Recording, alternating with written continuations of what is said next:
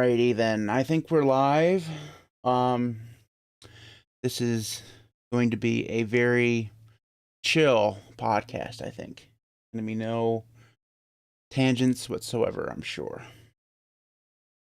If you are in the chat and watching live, if we could get some yays or nays on the audio, which will probably necessitate Tyler saying some words.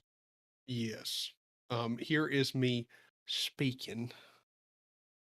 Like the southern gentleman he is. I don't know about that, but we can convince people. You live near Dolly Parton. I'm pretty sure that you have to be a Southern gentleman if you live near Dolly Parton. True. True. Well, either that or you could be a scoundrel and be because you raise land, right? No, I prefer to take the Dolly Parton route. Try and act extremely like Southern kind, but then just own a theme park and make crap tons of money. Like, yeah. That's the goal. That's the goal. Be the female version of Dick Clark and never age till you die. That guy looked like he was in his 50s until he hunked over. He's gonna be the same way. Oh yeah. So we got some yays. So thanks everybody for joining us. We are changing the days. I'll make the announcement once we get started recording, but we will be doing it this time on Fridays instead of this time on Thursdays from now on, or at least until for the foreseeable future. And that's my fault because Thursdays are just God. You don't know the horror until you have to sit through Zoom meetings with an editorial staff, half of whom couldn't spell the word editorial if their life depended on it. It's so bad. I probably shouldn't say that with people watching. So don't repeat that to anybody that I work with. They're definitely listening. It's just I don't know where he found some of these. My boss, his name is Tony. He can't hire worth a damn. And I said he hired me, so I think we have enough proof.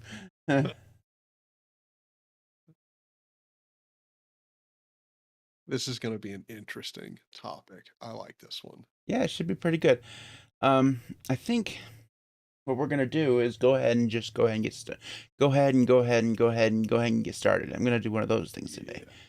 God, there's gonna be a lot of ums in this one too. My brain, it'll take a while for my brain to get engaged. Let's just put it that way. I would say I could pick up your slack, but with me running on 2.5 hours of sleep, I think I'm gonna be right there with you. Yeah, you're gonna have to get that sleep schedule better, man. Having a solid sleep schedule is for the weak. No, you're young. You're young yet. When you get old, like me, you'll see the benefits of going to sleep around 3 o'clock in the morning instead of 5 o'clock in the morning. I was gonna say. So tell me about that, importance of good sleep and falling asleep at a decent time. We all know that YouTube videos are like Snapchats; they disappear after a while, so I have to watch them. Yeah. So I'm honest. I could be 100% honest right now and say that I've never sent a Snapchat in my entire life. I don't even know how really they work. But have you ever even had a Snapchat? No. Okay. I don't have an account. I've never downloaded the application. Now, here's a dirty little secret though. I am a TikTok addict. Oh my God. Dude, there's so much good shit on TikTok. It's fucking crazy. There's a reason why Facebook and YouTube have tried to emulate TikTok, because there's some good shit on there, man. I'm telling you. I mean, there's some horrible, terrible shit on there too, but some just very funny, hilarious stuff on there. It makes me laugh. I've never posted a TikTok. I like taking the Tom Segura approach to TikTok, and I like the idea of just replacing the R word with TikTok. You know, we've got a TikTok. You know, you're acting TikTarded. You know, I like that. I like it. Everybody knows you don't go full TikTok. Dude, it's terrible, man. Like, God, that was a good movie. I've seen some of the dumbest things that a person can possibly do from TikTok. Oh, definitely. But there's still some good stuff on there. You can't like, God, there's just cat videos, man. I'm telling you, there's one called Skippity Pat, and it's just a cat slapping the shit out of everybody. I mean, come on, how can you not laugh? And then there's another one with a cat and a German Shepherd. They're like passing each other, and the voiceover is taking the place of the cat. He's like, "Oh, you're a German Shepherd. Well, say hello to the Allied forces." He smacks the German Shepherd across the face. What? I just can't help it, man. It's funny. Oh, cat videos. It's like the early days of YouTube, where that's all YouTube was cat videos. It's kind of like that. All right. It's not selling me on TikTok at all. It's a waste of time, but I never open that app when I'm outside of the bathroom. So it's like, I know for a lot of people, like TikTok has taken the place of what like iFunny used to be. Like, and 9gag and Funny or Die. Like, yeah, you just sat on it's like the 21st century equivalent of newspaper on the toilet, you know? Yeah. Like you're just having something to read or like to look at, just to look at. Oh, it's definitely not something you want to do when, you have, important things to do. So, all right, let's go ahead and get started. Enough of that nonsense. All right, I'm hitting record on Audacity. I'm hitting record in OBS, and you can do the whatever you call them, whenever you want. This is gonna be one of those days. The claps, yeah, that's what I was talking about. That thing where you put your hands together. Do that thing. Yeah, I guess so. With the fingers, you got to do it with the fingers. With the fingers. 3, 2, 1. Sounded pretty good on my end. It was good, except for your hand disappeared because there's the blue screen behind you. Yeah. Lining up stuff doesn't matter. Okay. Anyways, that's that.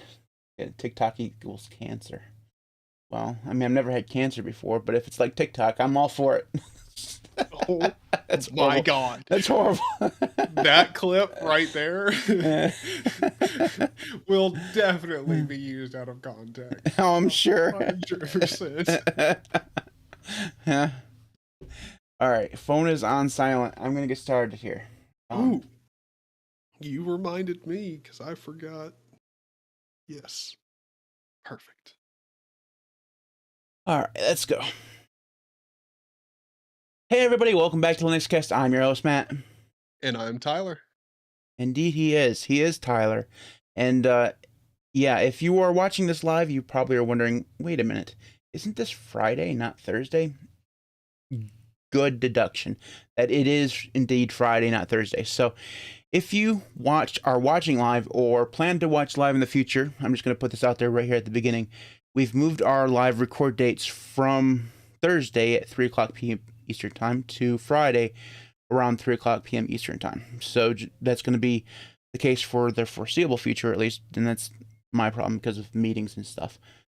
Also, that means that if you are listening to the audio version of this, it will be coming out on Saturdays now instead of Fridays. And if you are a Patreon, you get early access to that audio. You'll get it on Fridays instead of Thursdays. So everything will be a day later. It's just going to be, unfortunately, the way it is for a little while. So this is the Linux cast. We talk about, Linuxy things, usually. Although we did just spend 20 minutes talking about my TikTok addiction.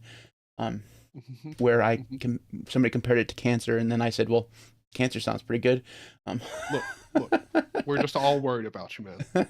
All right? It's we care. I swear to God, it's the cat videos. Cats are hilarious, and when you put them on camera, they perform. Like, it's great. I can't We help can it. get you help. It's totally okay. Here's my recommendation for anybody who hasn't downloaded TikTok yet. Don't do it. Like, I love it, but once you've downloaded it and got into it, you can't leave it behind. Like, essentially what's happening right now is the equivalent of a meth head telling you, yeah, you probably shouldn't do meth. it's exactly what it is. You know what they they make the good stuff. I can't help it. Anyways, this is not the TikTok cast.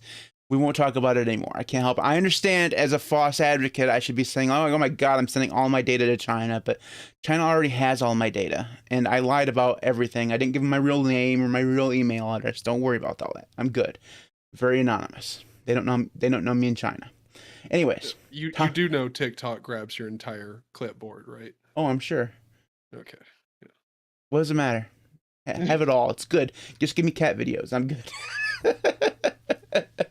It's an addiction, man. I don't care what the cost is. It's so much fun. I can't. There's so little to laugh about, and there's good stuff on TikTok. Anyways, this is the Linux cast. We talk about Linuxy things. We won't talk about TikTok anymore.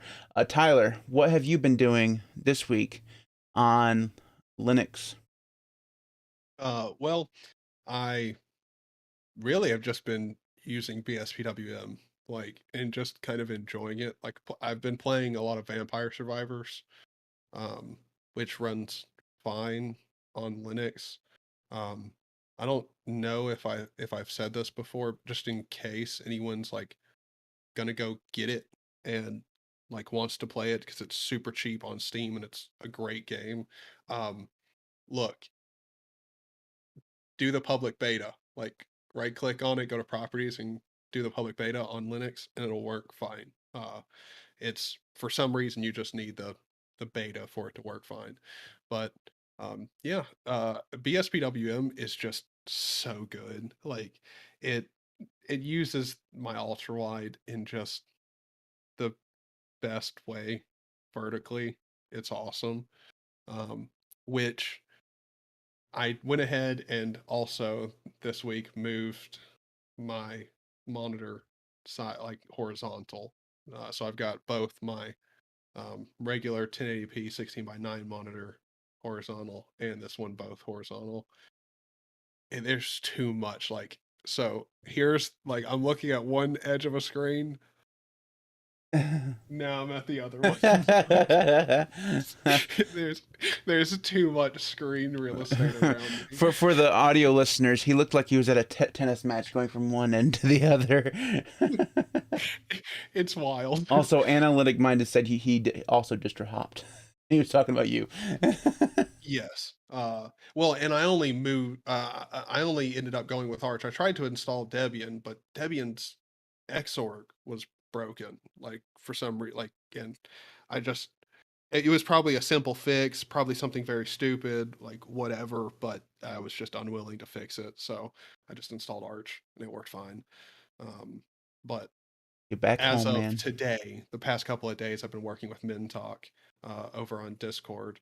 And we're making just a funny kind of just fan version of Vampire Survivors, with a whole bunch of Unreal mega scans, meta-human assets, and stuff like that. So we're making kind of a hyper-realistic version of the game.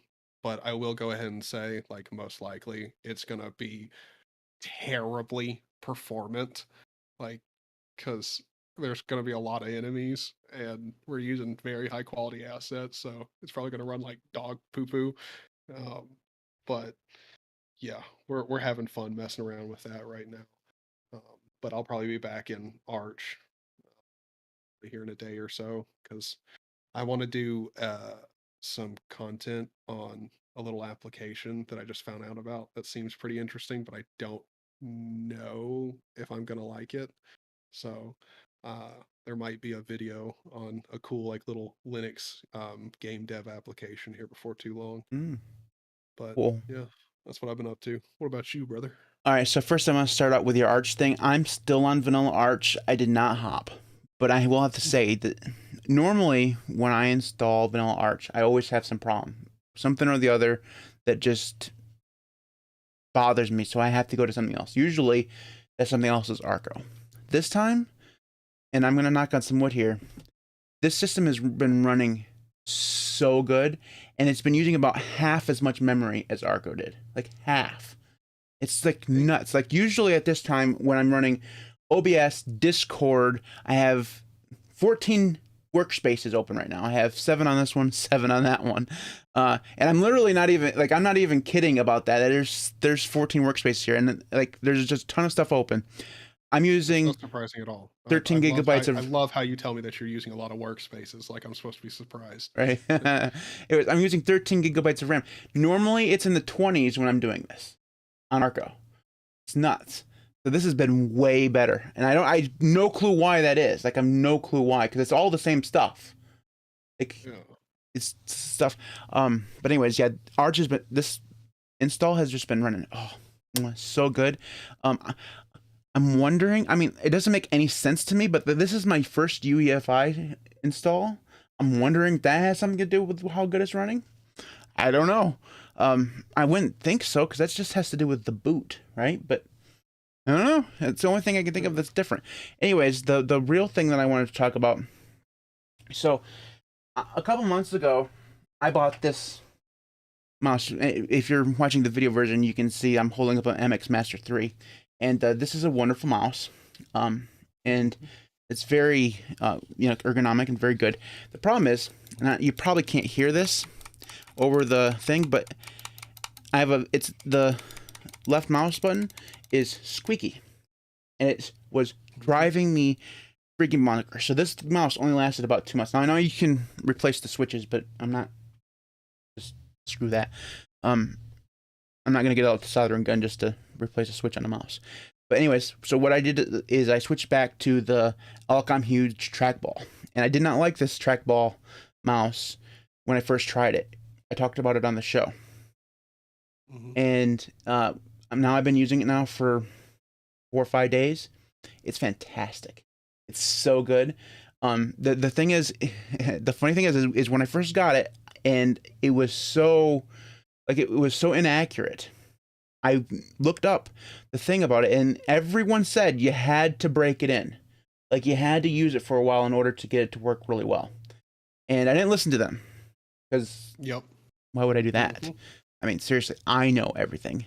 They couldn't possibly know what they're talking about. But anyways, after using this now for 4 or 5 days, it's broken in, and it's either I've gotten used to it, or it's broken in, and it's very accurate. It's very comfortable. Also, I got this little like mouse rest thing. Again, I'm holding it up on camera. It looks like a half a donut. And this probably cost them 10 cents to make in China. And it's supposed to have memory foam on top, but this shit is harder than hell. But it doesn't really matter. It supports. It just changes the way I use the Ellicott Huge in such a way that it's so much more comfortable than it was before. Because while you're supposed to be able to like rest your wrist at the bottom of this, my hands are so fucking gigantuan, that my wrist hangs off the end. Like I have a gigantic man hand here, and it was so uncomfortable. So adding that wrist rest at the end has it so that there's a place where I can, rest my wrist, and it just makes it so much more comfortable. Because it's been working so well, I downloaded Input Remapper or whatever it's called, and this has 3 programmable buttons on it, and I set the 2 of them to OBS shortcuts so that I can change scenes with those 2 little switches or buttons next to the ball, the mouse, the scroll or whatever. It's awesome. It's so good. It's like it's just completely changed the way I record my videos, because now I don't have to remember which key binding I have set to those scenes. Half the time I never used the key binding, so now I have those things. They're just just 1, 2, and it's amazing. So, yeah, highly recommend the Ellicott Huge if you can actually buy one. They're pretty much always out of stock. Also, that had nothing to do with Linux, by the way. I did talk about trackball usage is more popular on Linux. You just hear more people talking about using a trackball on Linux. You really, I But mean, you really do, because maybe it's a nerd thing. I guess so, or I don't know, like because trackballs are just not very mainstream. Like I guess people more into computers are going to be the people who are like willing to try it as like just kind of a let's see how this is. Like I don't know, but also too like a lot of the times when it comes to trackballs, they're surprisingly accurate. Like you really don't get how accurate a trackball is until you use one. You're like, this is scary accurate. Like you can fling it and be super fast and then stop on a dime. Yeah. And it it's so nice. Which, and I think you'd probably agree with me on this. If you're just thinking of switching to a trackball, don't give up after the first week, because it is a different way of using a mouse. I mean, it really Yeah. does take some getting used to. And if you're like me, I didn't give it that week and got frustrated after a few days. And it's just like the Logitech one that I have which is a thumb tracker. That really puts some effort into your thumb. Like I Yeah. understand lazy man here, but those muscles aren't things you use very often. You can get fucking tired when you use it a lot, right? Yeah. So you're gonna have to use it for a while, get some muscle memory, and get good at it. If you're not, if you don't give it that time to get good at it, you're just gonna go back to using a regular mouse. Yeah. Well, So, and also it's different. It's not like it's just like getting a whole new keyboard layout. Like it's going to take time to adapt to it. mm-hmm. Um, whether or not you're better with your keyboard afterwards is, it's debatable like for whether or not you'll be that person where you'll be faster because you have a different keyboard layout. Some people won't end up being any faster, but for most people, if it's a more optimized one, yeah. And that's the thing with trackballs. Like they're very accurate, especially if you get really good at using a trackball. Like even in video games, you can use a trackball and be pretty accurate with them. Um, but a trackball is something that you're not used to, so you have to be willing to give it time to get used to, and know that you won't immediately be as efficient with a trackball. Mm-hmm. Like it might you might immediately really like it, like the feel of using a trackball, but you're not going to immediately be nearly as fast. And the biggest thing with trackballs that I hear is um, one, like understand that you probably will need to clean your trackball periodically. Most people don't understand that. Like you probably do need to clean it. And then two, there are quite a number of trackball like devices that genuinely do have a break-in. Like you have to like it's like your old car like or whatever where you would get better gas mileage as it like as you drove it like broke it in. Like it's the same kind of thing with your trackball mice. You just Well, be willing to give it the time to break in. this is not my metaphor. I stole it from someone else. They they talk about it like it's a cast iron skillet. That you have to Oh you have to yeah. season it, right? You have to make Yeah. sure that it has what makes it smooth and scrolling is the skin oil that it picks up after a little bit of use. Now it sounds gross, but that's what makes it smooth and more accurate, and that only happens after a little while. So, Yeah. and you talked about gaming just real quick. I was supposed to make a video about this or write a blog post or something, but you've made it as a YouTuber when a company sends you hardware to review. Yeah. Somebody sent me a trackball to review. It's called the Game Ball. Here's my review of it. It's okay. Was the first trackball that I used out of the box that was super accurate and had no break-in period. But the form factor is mediocre at the best, because what they try, I don't have it near me, so I can't show you, but if you look at it, they tried to make it so that it could work for both right and left-handers. So it's a finger tracker instead of a thumb tracker, and they put the ball in the center, and it's so narrow along the body of it, it's just supremely uncomfortable to hold, because they tried to make it so both lefties and righties can use it. And it's very accurate if you can get past the ergonomics of it. But if you use a trackball mouse because of the ergonomics, this is definitely not one that you would want to use. I probably could have gotten used to it, but it's also corded. It's not wireless, so they wanted to remove all the latency, so it's, you know, has this big gigantic non-removable USB cord. And it was like, what is this, the 1980s? you know first of all, I understand the latency problem. Like, you don't want to mess around with 2.4 gigahertz like dongles or whatever. But non-removable in this day and age, just like let me remove it so that I can route the damn thing. I mean, nowadays even $40 mechanical keyboards, which I don't even understand how you get mechanical switches, even knockoffs Yeah. that cheap. They come with USB-C, like removable. Like, how? Just come on, Yeah. just give it to me. Come on, Yeah, I'm spending enough money. Let's Yeah. make it happen, Captain. Yep. Let's go. Totally agree. So yeah, the game ball, they sent it to me. There was my review.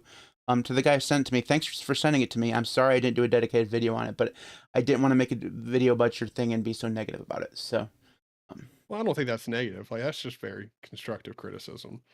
Like, well, it's not bad. I I was mean, not. it's not like you gave it a scathing review at all. You Yeah. were like, yeah, it's still good. Well, it was very accurate. It was definitely would work really well in games. I remember, I'm not a gamer, so I can't really tell you. Say, hey, oh yeah, you can go play some CS:GO on this thing and be perfectly happy. I don't. I mean, That's like me sending you an Xbox Elite controller, and you being like, I mean, yeah, it's a good controller, but like, I mean, I play like 2 games a year. Yeah, it's just So. it's not something that I can accurately speak on.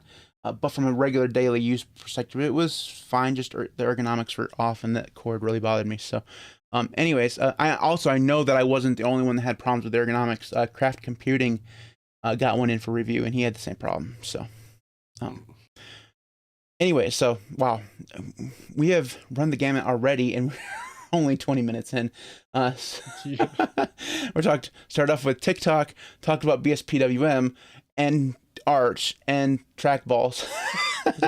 What's next? Nobody knows. All right, so moving on to the contact information. If you want to get in contact with us, you can do so at the LinuxCast on Twitter. You can follow and find pretty much all of the previous episodes and blog posts and stuff at the linuxcast.org. You can follow Tyler, who goes by Zany Online. I got that right this week. He's at youtube.com/ZanyOG. You're getting close to 2,500 now subscribers, something like that. Maybe I don't. I would be surprised. I thought I was still at like 2.1 or something like that. I don't know. Anyways, his channel's fine. You should go over and subscribe to him. He does a lot of game stuff. Like he streams like a lot.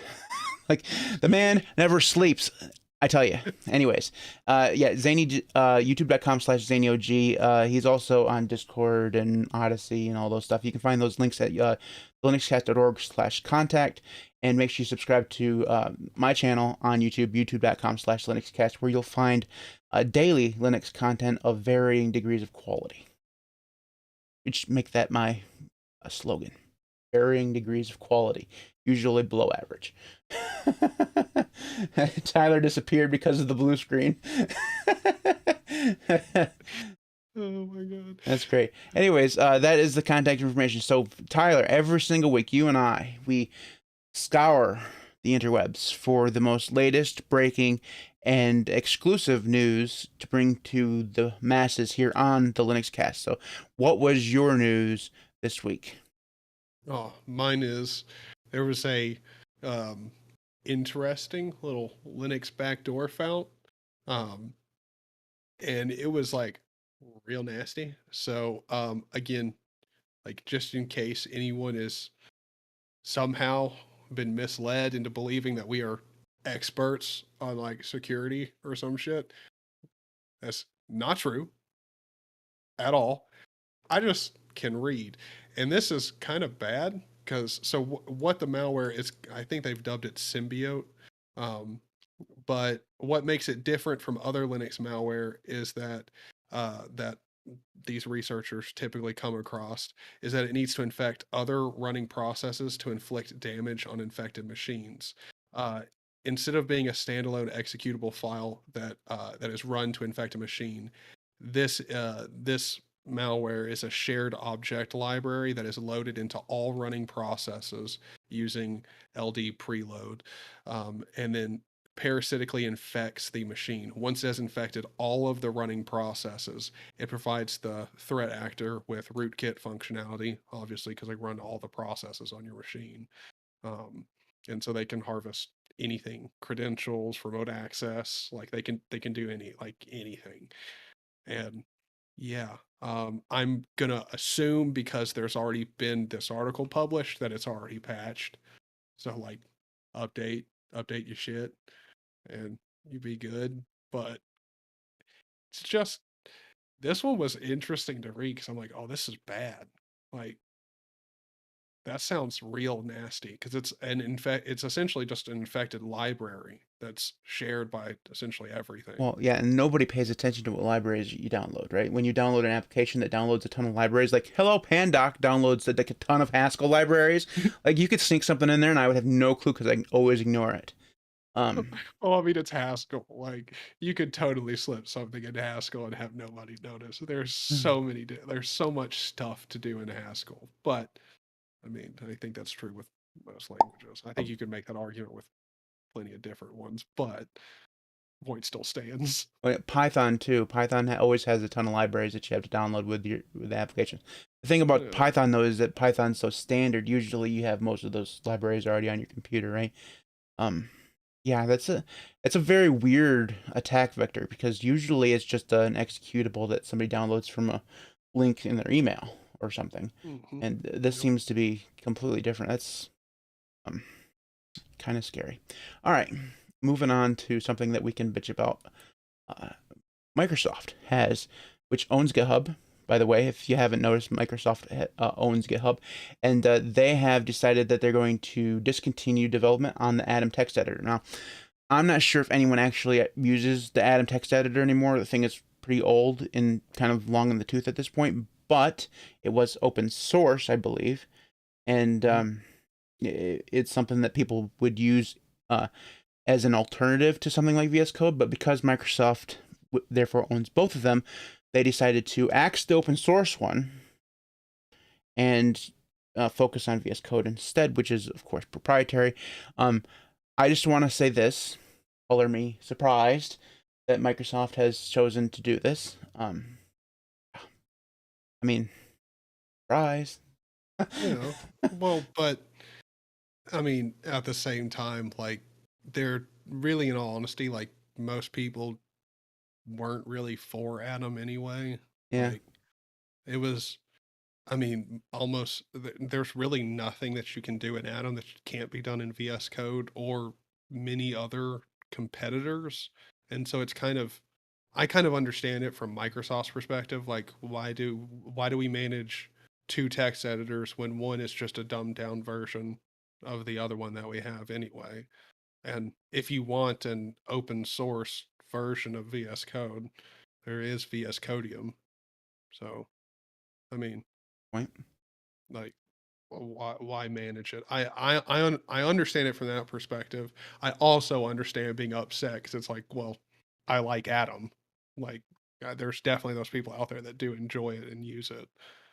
Well, And I mean, you would understand because why would they maintain two text editors or code editors that are basically aiming to do the same kind of thing, right? They'd have to yeah, maintain developers for both of them, and of course they were going to axe the one that nobody uses.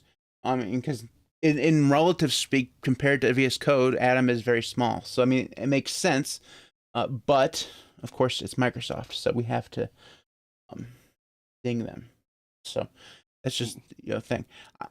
yeah, of course. Yeah. I'm surprised at how much people are actually because do you know anybody who actually uses Atom? No, and actually, one time when I used it, I think it was in a live stream or something. I actually got more people complaining that I used Atom than anything else. They were mostly just like, "There's so many different alternatives to Atom. Why are you using it?" So I I don't don't. know. I don't think Atom's really all that popular. I know tons of people who use VS Code, like just like tons of people. Even like diehard like FOSS advocates will use VS Code. Mm-hmm. I don't know a single person who uses Atom.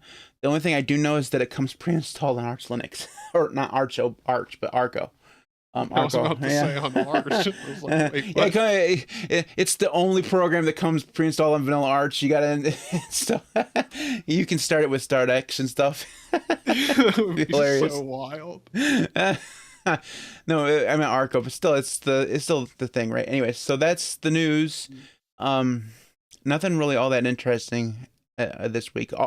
Although I did see that this is not in the show notes, but System 76 is building a distribution center in Europe. So if you're across the pond and you want to buy a System 76 thing, eventually you're gonna be able to do that, which is really cool.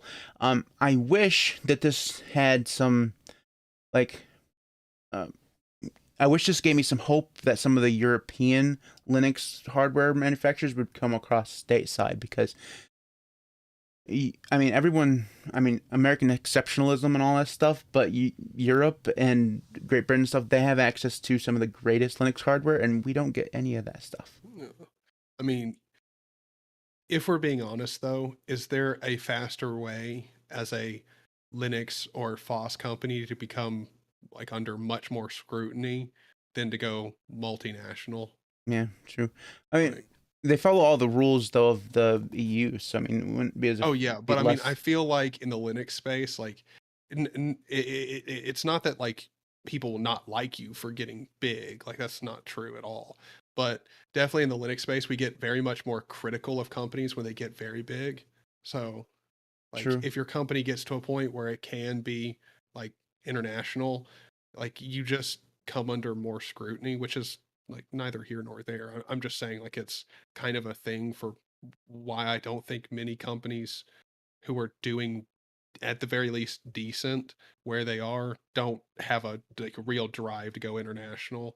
Like you might make more profit as long as you can do it, but you'll get under more scrutiny. Yeah. Yeah.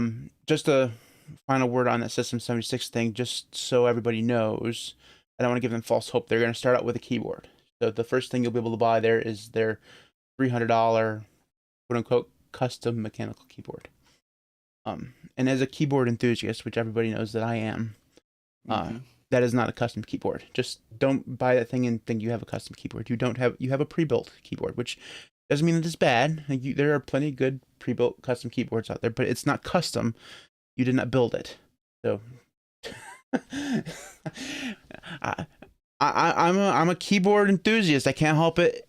It's like I love that details matter. It's like all the Arch guys who just get so pissy when I say that like Arco or Endeavor or whatever is Arch Linux. They get so mad when somebody says that. I get really mad when people call their keyboards custom when they did not build them. So it's dumb. Anyways, that's what System 76 is going to start out with, is the keyboard. They plan on bringing the rest of their stuff in the future. The thing is, they're gonna have to retool all their laptops to have that really weird enter button, the ISO layout. So that's gonna have to take a little while for them to do. I assume that the desktops will probably follow pretty soon, because the desktops, they won't have that problem. Although it's weird because they're going to sell that that launch keyboard with the ANSI layout instead of or maybe they're not. I don't actually know. The picture that they showed on the news item was the ANSI layout, not the ISO layout or whatever. So, no idea. I have not been keeping up. Yeah. Oh, egg. Okay. Anyways, it doesn't matter. Let's go ahead and move on to the main topic, which is the AUR overrated? So, this is a conversation, or this is a topic that stems from a conversation that I had on my Discord server this past week, and I apologize for the people who were in that conversation.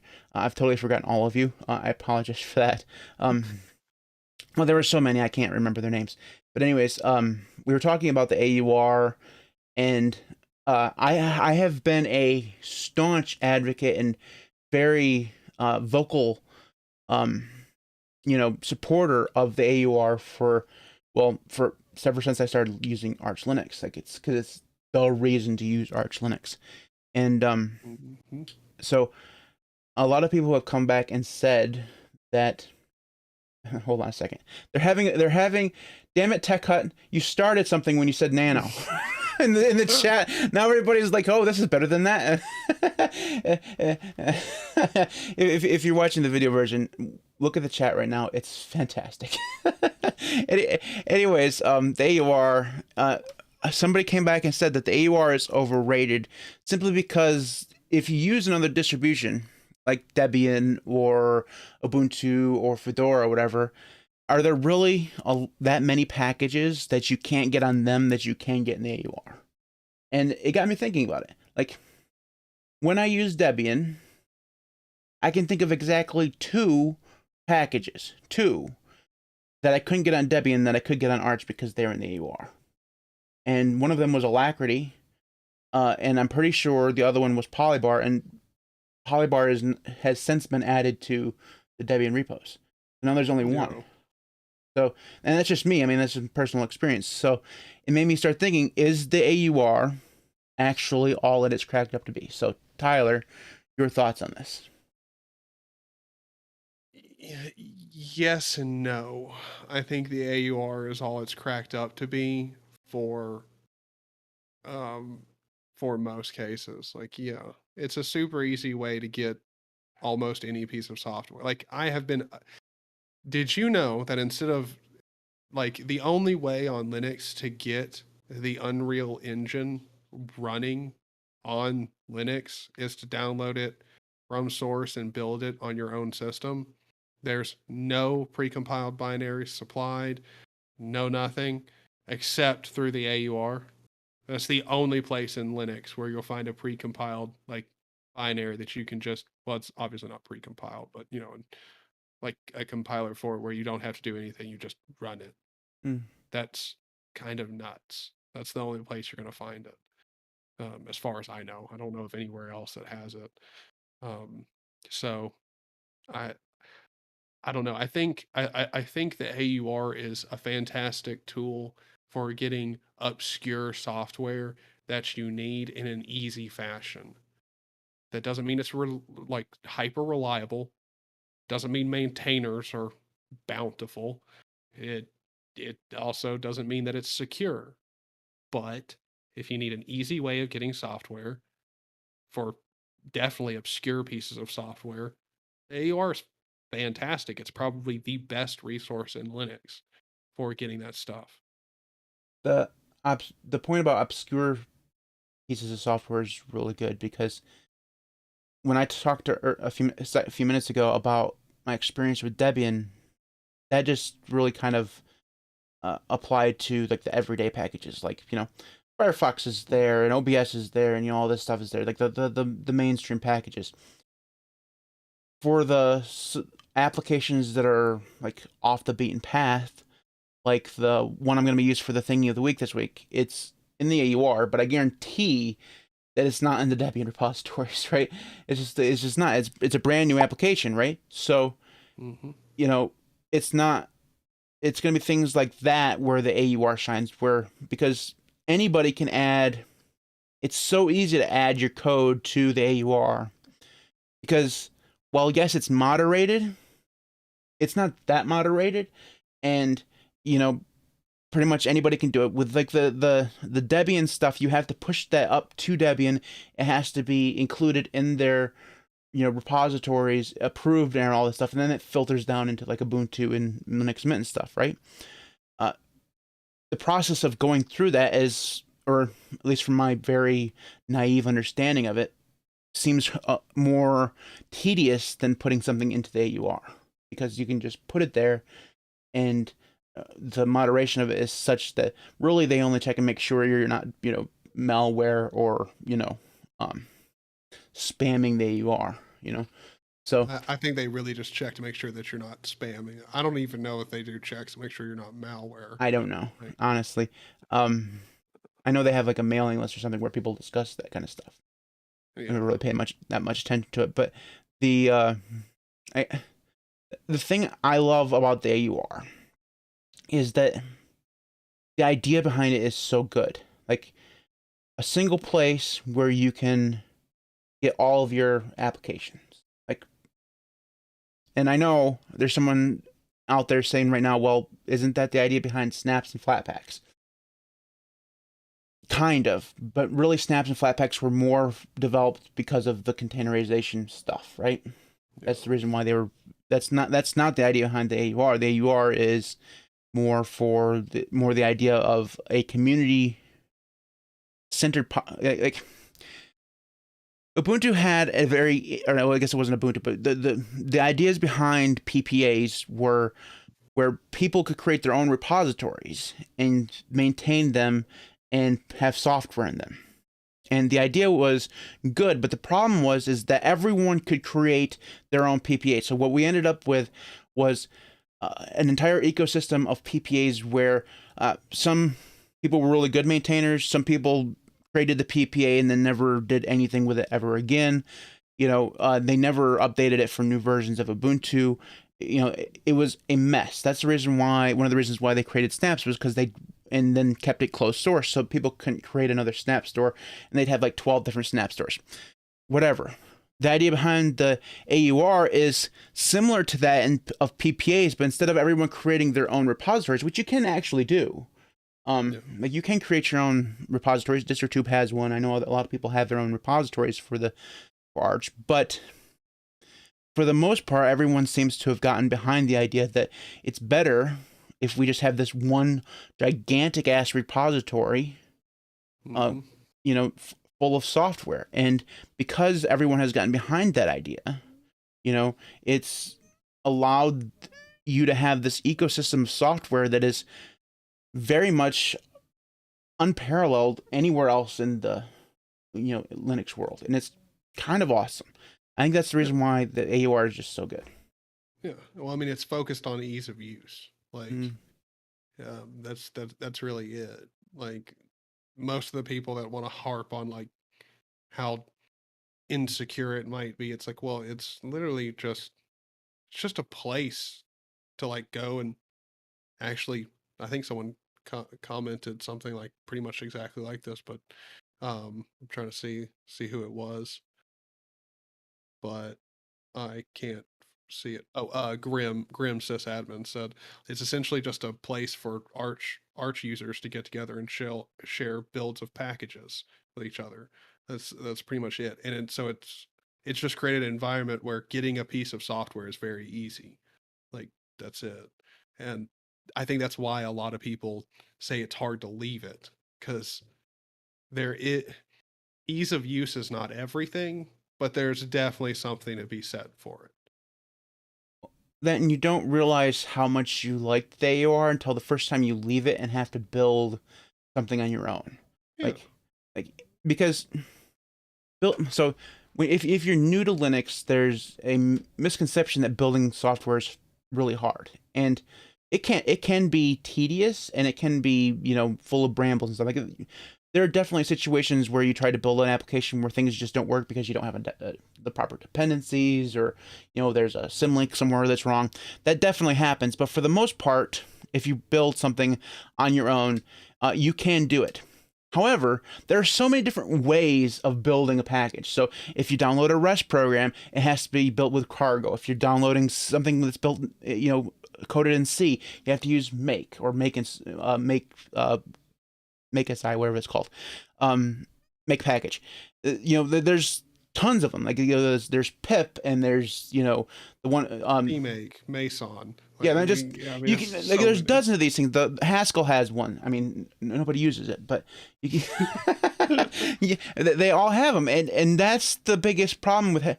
That's the biggest benefit of the AUR, is that you don't need to know what the program you're downloading is built in. Like, there's no need for you to know whether or not it's a Rust program, or C, or Haskell, or Python, or whatever, Lua, whatever. You know, it's just you paru-s the program, and it takes care of it for you. It still uses the same tools, like it still uses cargo or whatever, you know, but it will then just build it for you. You don't have to worry about doing any of that stuff. Plus, it pulls in all the dependencies in there that you need to build the program, which is exactly what you would want it to do. Like if you, because you can't build without the dependencies. So Yeah. it's very, I mean, very fanboyish, but AUR is just so good. So it leads me to this question. Someone, I don't remember who, and I'm not going to scroll up to find out, but someone says that it's been very hard to replicate on other distributions, and most distributions haven't even tried to replicate it. So here's the question: if the AUR is so good, why hasn't everyone done it? Like a version of it. I'm not saying like everyone should use the AUR. Just more, why haven't they created some version of it? What do you think? Well, I don't know. Arch has a massive community and they wanted to do it and they did it. There's like most communities that are not Arch are divided on whether or not they should have something like the AUR. But then again, at the same time, like Debian's doing their own like AUR competitor, like Debian user repository or whatever. Like, so that's a thing.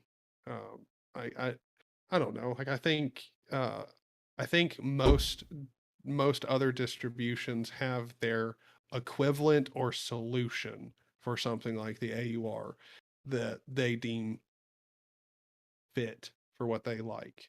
I mean, Gentoo has like overlays, which are practically the same thing. Like, I mean, Blackware just has something similar to Black yeah, builds or whatever. yeah. So like, I mean, I think in general, most distributions agree that having kind of a maybe not centralized, but at least having a method for their users to get together and share package builds is pretty good. Like it's a good idea and it fosters a very diverse software ecosystem. But I don't know. There's all, especially with Linux, because you can't really make it, even though we all do it, it's hard to make sweeping statements about Linux that are ever going to be even slightly true, because there's so many different people and so many different ways to use Linux, so many different implementations and um, ideologies behind different distros. So there will always be some that think anything like an AUR is just a net negative. But I think most distributions agree that having something at the very least like the AUR is a beneficial thing. Yeah, unfortunately, most of their solutions seem to be focused on snaps or flatpaks. That Well, I mean, if you think about it, it makes sense too because it's pretty easy to implement. Like you don't have to lay any groundwork. You just go flat packs, boom, there well, you and go. they're both really supported. Like there's a lot of applications in those repositories, and it's not as if they're horrendous. Like I know we make fun of Yeah. snaps, like a lot, but I mean, I wasn't crapping on flat packs or anything, but like from a development standpoint, like if you're gonna try and come up with a solution to the problem of not having enough package builds going around or enough software diversity, like Flatpaks is an easy way to get a massive amount of software on a mhm, system. And from a development standpoint, it's not lazy, but it's much easier than the other options. building your Why own not? is easier Yeah. than building. It's easier to take someone else's and then Yeah. build your own. All And this, sometimes it would be better than what you would do. Like, I mean, if you got a really small team, makes sense too. well, yeah, and I mean, like you said, small team plus resources. I guess stuff takes money, right? Yep. All this kind of leads me to ask the real question that we should be answering is, what the hell's going on with app images? like, like the thing about app images is like, in theory, app images should be the thing we should all use because it's just the program. You click on it, it should run. That's the Mm-hmm. way, in theory, it should work, right? Yeah. And that sounds fantastic. Like you download Alacrity, click on it, it's already there. It's similar to like what Mac does when you download something from Mac, you can like drag it into your applications folder. It's there. That's how you install it. There's no wizards. There's no getting into the terminal and waiting for Snap or Flatpak or the AUR to build something. You just click on it, it runs. Mm-hmm.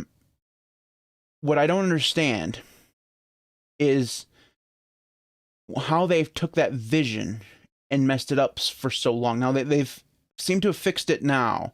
Like that now they have like a app image store or whatever where you can click and it will install properly.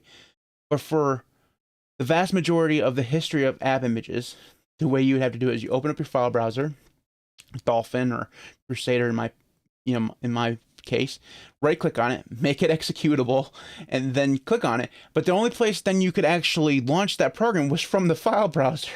You can install, you can launch it from Rofi or your system menu. That's the vast majority of the time that app images have been around. That's how it worked. So I guess I don't like app images could have won. Like if they hadn't messed that up, right? No. I mean, that's really the thing about app images is it's like they're not really doing anything wrong now.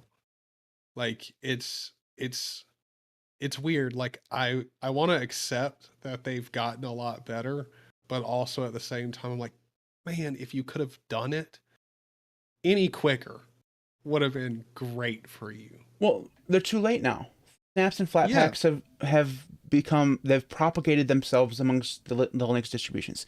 When you build a Linux distro, you choose between snaps and Flatpaks or none at all. You don't choose between snap, Flatpaks, and app images. App images for most distributions aren't even an option. They don't even consider them. I mean, I'm sure there's going to be a... Well, I mean, that's something that you do. Like, that's all up to you. The distribution itself doesn't even give most distributions don't even acknowledge app images' existence until you want to install them. Well, like, I mean, just look at the most recent version of Ubuntu. They took out a dependency that app image required in order to even run, right? And I'm sure they didn't do it because they wanted to screw over Flatpaks, but they did do it. Also, hello dog. Well, it's just that's how irrelevant they are to them. Like they're just like, we didn't even notice that it broke anything, right? Because who uses app images? If they had been able to fix that, their things sooner, if app images had been made it so that there was always a store that you could go to, like that's the first thing that Snaps and Flatpaks did right, is they had a store, right? But also, when you install a Snap or Flatpak, it shows up like a regular application, and that wasn't always the case for app images, and that's where they went wrong. So, the reason why I brought up app images is because it could have been the thing, right? It could have been like if they'd done it right, it could have been the thing. Nobody would have been talking about the AUR. Hold on a second, I'm gonna let the dog back out. Ooh. There you go. Oh, you don't want to leave. Okay. Dumbass dog. Hi. You want to be on the podcast? Okay. I'll just leave. You'd be the host. Okay. Sorry about that. All right. So this week in dog treats. The Linux cast with special guest Missy. Anyways, it's just, I don't know.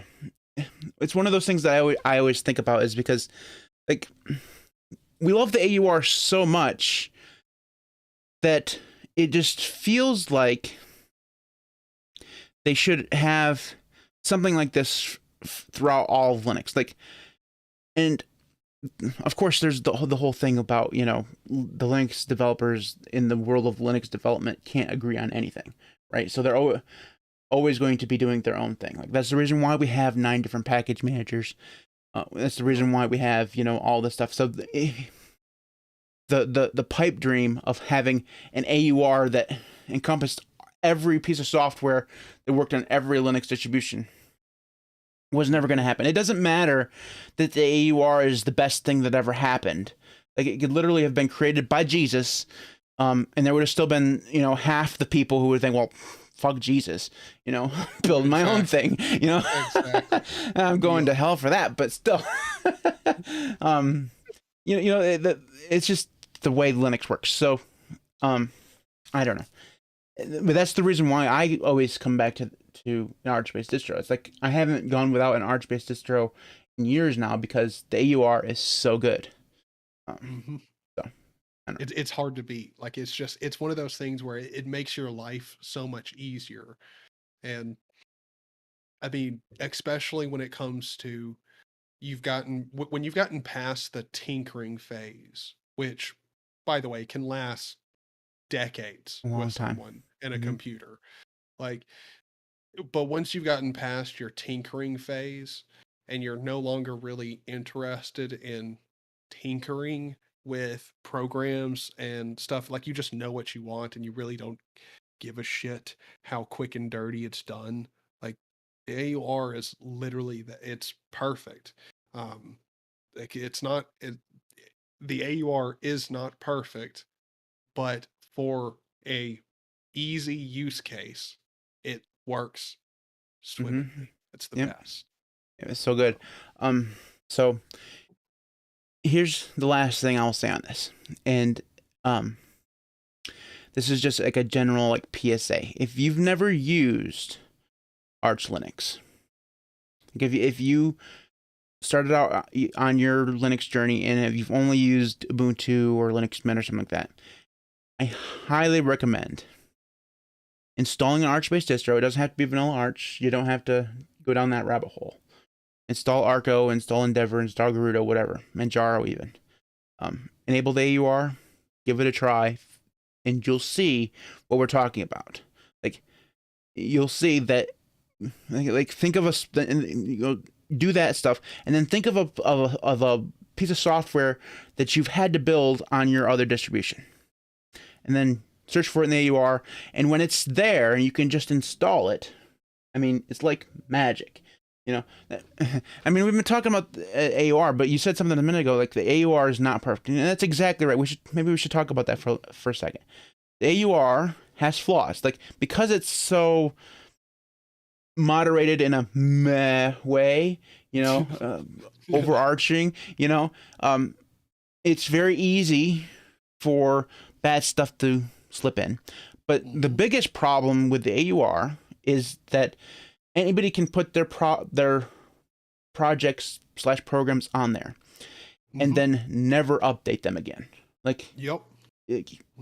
Old stale ass packages is by far the biggest problem on the AUR because especially for people who developers who develop primarily for Ubuntu or whatever, they were probably asked, hey, can you put it on the AUR? And they said, sure, I'll put it on the AUR. And then they forgot that they put it on the AUR, so their thing just was never updated.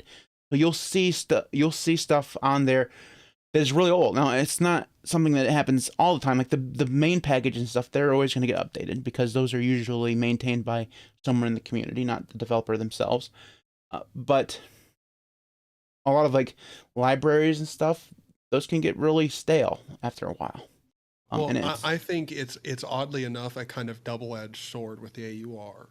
Like you get, because of how widely known it is and how easy it is to get software put on there, you have many obscure packages, but in having many obscure packages, you're obviously going to have many of those obscure packages be completely unmaintained and or just poorly maintained.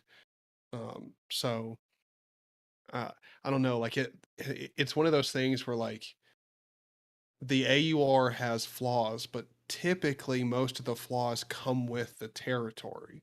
Like it's by nature you're going to have them. Well, no package repository is immune to this problem. It's the thing, right? Like snaps have sometimes just snap packages on there are just going to be the oldest stuff. You won't get the new version of Spotify or something like that because they didn't update it on Snap. PPAs obviously had this exact problem forever, only it was way worse than that every PPA was out of date, and because there's not one single central place to find all the PPAs, you're looking for a program, you Google it, you would find a website, random Joe Schmo's website blog, and they would have a link to a PPA or a tutorial where one of the steps was you had to add a PPA to your Ubuntu system. And you would do that, and then either you would find out that the PPA was broken, not compatible with your version of Ubuntu, or it had all these programs in it that hadn't been updated since 2008. You know, so the PPAs had the problem. I'm sure Flatpak has similar issues. Like there's no repository out there, period, that can escape the problem of old packages, because when a developer develops something and they do a fantastic job, they then have to do the hard part. Like developing the application is easy. Like it could be written in Haskell, I don't care, it's still easy compared to the idea that when you want to distribute your program, you have to distribute it for the AUR, you have to distribute it for Debian, Ubuntu, Gentoo, OpenSUSE, Fedora, we talked about this a couple weeks ago when we asked if there are too many Linux distributions. That's the reason why there are old packages on your repositories, because the developers, there's no developer out there that, unless they have a huge team, that can manage all these separate packages. And that's the reason why developers love Electron. Like they can distribute one package everywhere and it works just fine. You know what I mean? And it obviously gets way worse when they're creating a program that is cross-platform. So if they had to distribute to all of the Linux distribution repos, and then Windows and Mac and OpenBSD, whatever. Like it's. I am so glad I'm not a developer. Those poor people. Yup. It's got to be rough, and I think it's one of those things where like half of the community would be fine with picking one standard and letting developers just produce for that one standard, like say Flatpak was the standard. Like half of the people would be fine with that, the other half would be not unacceptable. We need options, we need everything. Oh my God, Tyler, I made a video a few days ago about how Calamari should be the installer for all Ubuntu distributions. And yeah, I watched the first like 2 minutes of that and I was like, oh, he's definitely gonna get some shit for this. The comment section on it is utter hilarious. How, like, there was one guy who was like, how dare you say you're gonna force all Linux. So first of all, I did not say we should force all Linux distributions to do this. I just said they should do it. He said, like, how dare you take, Linux is about freedom, and you're never gonna, how dare you call yourself a FOSS and Linux advocate when you want to take away the freedom of Linux distributions to do whatever the hell they want. Like I'm sorry. Okay, I'm astonished at how many people were completely against that idea. Well, I mean, it's one of those things where I have been astonished by how many people are completely, like, developers that I've heard from in Linux that are completely against standardization, and that's insane to me. Like, I can't understand being a developer and being against standardization. Like, it's makes your job 10 times easier.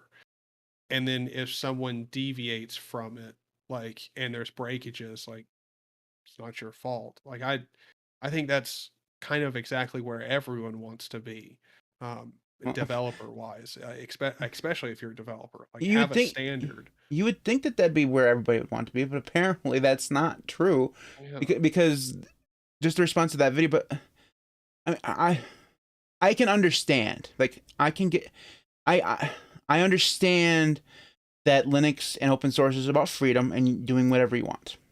That is the primary reason why you open source something, is because you can allow not only yourself but other people to do whatever they want with the code within certain licensing terms and agreements, right? Yeah. That's the whole point. If you take away anything like that and make something standard, you take away some of what makes FOSS great. However, My argument. Wait, hold on. See, I'm going to completely disagree with that. I'm going to agree with myself wholeheartedly. here for a second. Just let me finish. Okay. The point against what I just said is System D. System D is a standard, okay? It doesn't mean to open RC and run it and, sys6 and sysvnet and all those things. Those things all exist. You can use them, but System D is the standard. Every major Linux distribution uses System D. It doesn't mean that you can't do whatever you want with Linux and open source. Go create your own init system. Be whatever you want to be. Be the perfect, happy little snowflake and make your own init system. It's perfectly fine. But System D has become the standard. It's the same thing with Xorg. There are distributions out there that don't use Wayland or Xorg. They use their own display servers. Nobody uses them. But Xorg and Wayland have become the standard. And that doesn't mean, that hasn't taken away anybody's ability to do whatever they want. It's just, those things have become standards. That's why I was disagreeing with your original statement, because it's like, no, it doesn't take away anything from freedom at all. Like, you still have the freedom to deviate from the standard. Like, I think a lot of people misinterpret wanting standardization in Linux for wanting one thing and everyone has to use it.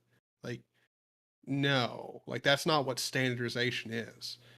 Standardization is just, there's one thing that most people agree upon that we use to make life simpler. If you want to be cool or try something different, go off the beaten path, do it. Like, I mean, it's kind of like a warranty, like, we're going to cover you as long as you stick to the book. If you go off the book, I'm sorry, we can't cover you. And I don't think there's anything wrong with that. Like, that doesn't, I mean, if you, like, I think we all have had, like, Xboxes or some pre-built computer that has a warranty void if removed sticker on it. And you've removed the sticker and, like, been edgy and gone and, like, upgraded your RAM or something. Like, yeah, like, it's not like you don't have the freedom to upgrade your stuff. Like, do something different.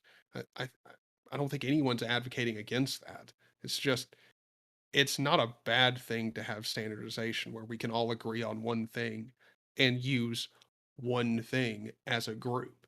Well, I mean, it's not even all agree on or all agree. It's more that the vast majority of people have decided that this one thing is the best to use. I shouldn't have said all. I meant most. At least most people. Yeah. And it happens in Linux all the time. Like I said, System D is a good example. Xorg is a good example. And just because those things exist, I mean, it's because the reason why those things exist and the reason why people have settled on those is because they work really freaking well. Like they have proven over the course of 20 years that they are stable, somewhat secure. I'm not going to so much include Xorg in that, but they can be easily used in a variety of different circumstances, no matter what distribution you're going to create. And where standards, quote unquote, standards are important is where it's a tool that every distribution relies on. So things like systemd, Xorg, libraries and stuff like that. But also, just because we have those standards, just because we have all agreed, or most of us have agreed, that systemd is the way to go, doesn't take anything away from the rest of the Linux ecosystem where we can't agree on shit. 500 different desktop environments, 300 different window managers. We don't have to have a standard tiling window manager for all of us, okay? DistroTube is very happy over there in his Haskell, House Bill of Haskell, and his Xmonad. Tyler, you are the BSPM king now, right? I prefer i3, TFL, preferred i3. I know a couple of people in my community, big Qtile fans, Just because we've all used systemd, we still have these other places where we can all be unique, happy little people, Well, I mean, and I have plenty of people. Like I still have the Void gang that runs through my Discord every now and then. Does a quick drive by, It and I would have get been like funnier if six. you said we still have the Void Gang who streaks through my Discord every once in a while. Well, I say they do drive-bys because they come through and pop off shots in chat about other distros. Well, like they'll just be like, well, it's better over here on Void, like to some weird comment, like completely offhand, and then I'll get like six people that roll up and like all just drop chats on like how using Void is just better than whatever's going on in chat. The one in And then my and then they don't chat for like a week. They're like completely AWOL. It's the best. But like I mean, I don't think that having anything as a standard means that you'll have like everybody using it. You're still going to have people that go off I because think I think that people worried that if you create one standard and everybody uses it, that everything therefore will become Windows. Like, yeah. I think Well, that's what they're worried about. yeah, I I think the biggest worry on Linux is where software becomes dependent on the standard. Um, but the ironic thing about that is I have a perfect example of how that fear being irrational. I use private internet access. Originally, I had to use a system D distro to use private internet access, my VPN, because that's what it was hard coded to use. Like it only worked with System D. They're a proprietary company that doesn't really give a shit about Linux. Like most of their clients, I would assume, are mobile and like Windows and Mac users, because they're pretty mainstream. So I'm going to assume that most people are you again statistics wise, it would assume most people are using other clients than Linux for their VPN, and they've made it to where now I believe it runs with like OpenRC and Run It now. I'm 99% sure they added it for OpenRC and Run It. I'm pretty sure they might have added another one as well, but like they're a proprietary company. They don't care about FOSS at all, and they're still focusing on support on getting in support for non-standards. So I think standards just give developers a good starting place to target, and then they can build off of that and add support in other areas. I mean, if you're going to target Linux, especially now with it still being an extremely small market share, if you're going to target them at all, you want to be targeting at least at the get-go the most people that you possibly can in that small market. And so standardization helps with that. Yeah, agreed. Well, that's definitely one thing that is true is that if we had a little bit more standardization, like if we had a package system that ran all the way through all the distros, we'd have so much more software from big corporations. Because one of the biggest turnoffs from like Adobe and Microsoft is that they would have to support every single Linux distribution. So like even right now, Well, it's not even supporting each different one. If you're a big company and like you've spent a lot of money getting your brand to the point that it is now, you don't want an inconsistent experience. mm, Like you just don't. It's unacceptable, and from a PR standpoint, it's unacceptable. So you need a consistent experience. If every Linux distro is completely different, then that's a bad thing because you have a completely inconsistent experience. mhm. But if most popular Linux distros have standards that they stick to, then for the most part, you have a consistent experience. And Mhm. with Linux, there will always be because we are so focused on freedom, there's always going to be you're never going to have a completely consistent experience, especially when, you've got that one user who's like using Linux from scratch on their desktop computer. Like, I'm Mm. sorry, but you can't, no, you're, you're always going to have an inconsistent experience somewhere. But for the most part, that's way better. Like that at least gets a developer interested. Well, The no one like, all right, like let's say I gave you a hammer. Like I have a hammer, like two hammers on the table. One is just a regular hammer. It's just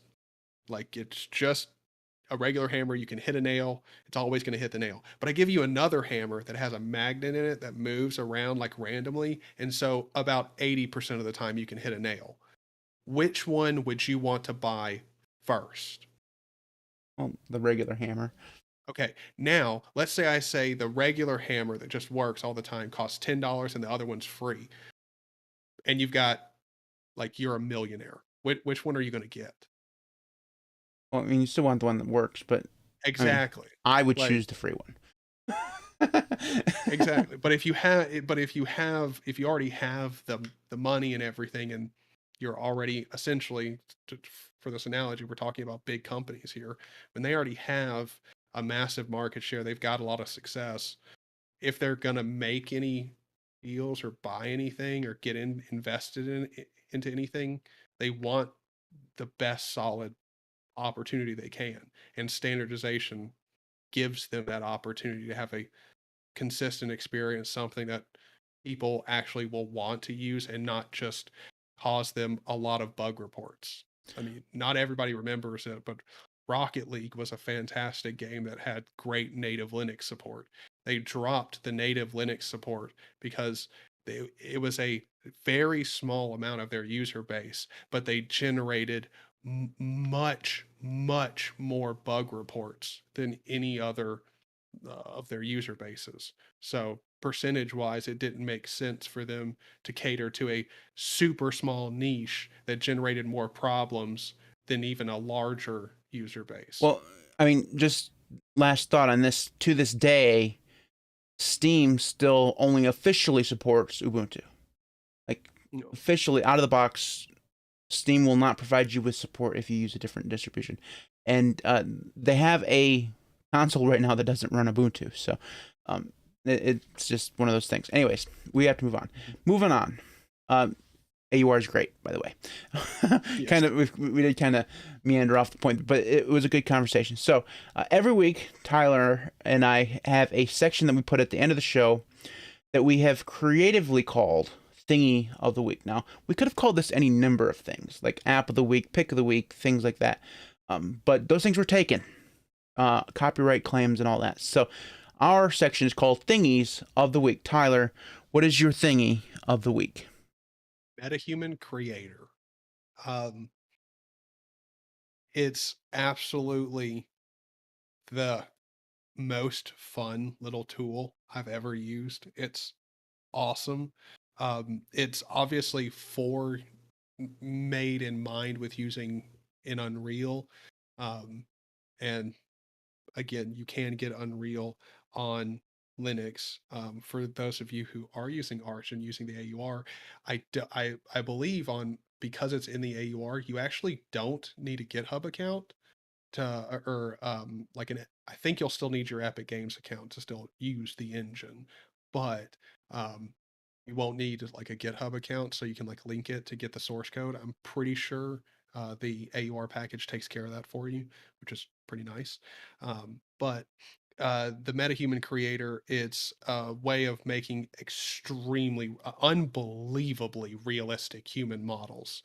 Um, and it's just really cool. You use it straight from the browser, and they connect you to like a front end where they have like an NVIDIA GPU farm or whatever that runs all their instances, and you design characters, and then it's tied to your Epic Games account. So when you load up the engine, they have a bridge section, and you click on that, and you can actually just import your metahumans straight into Unreal, and they're fully rigged.